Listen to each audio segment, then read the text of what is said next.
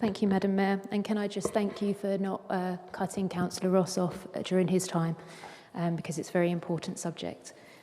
I would like to firstly thank Cllr Ross for bringing this motion forward to our council and for the collegiate approach he has taken to this.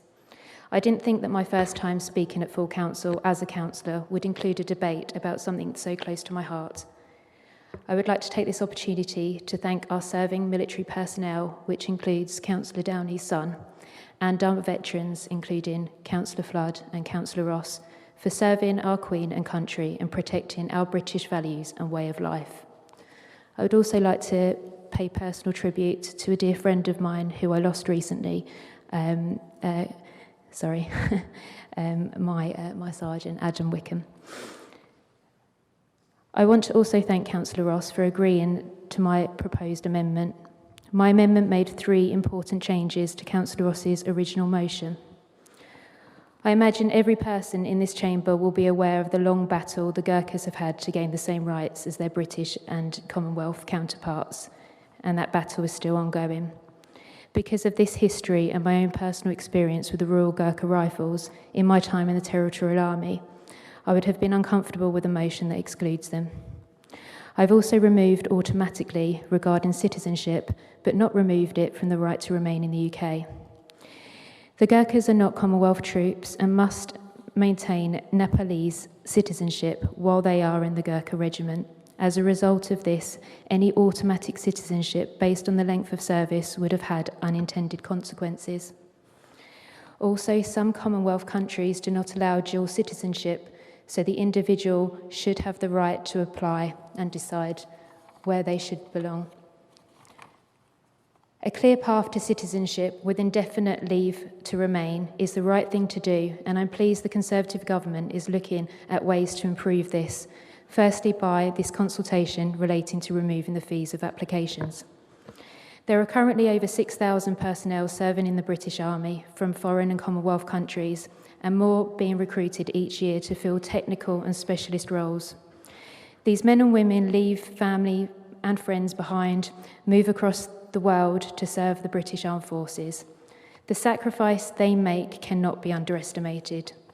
Immigration fees is no way to say thank you to their service, and risk pushing non-UK personnel into poverty just for wanting stability as they leave this service. These fees should be scrapped. These men and women have paid enough to this country for their service. Though this consultation has now closed, I'm sure an expression of our support to scrap these fees will be a worthwhile thing to do.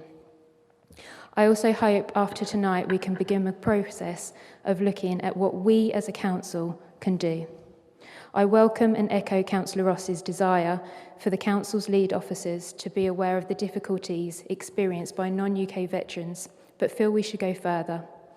I'd like to take you back to my own time in the Territorial Army and my own experience with Ipswich Borough Council owned facilities. My time in the military was so short-lived because I developed a life-changing condition which was triggered whilst on a TA exercise in Germany, and I was medically discharged. I had suffered an injury from which I was struggling to recover. As I battled to maintain my career in the forces, I attempted to practice swimming in some of my military uniform to help with my rehabilitation at Crown Pools, as I needed to pass a swim test.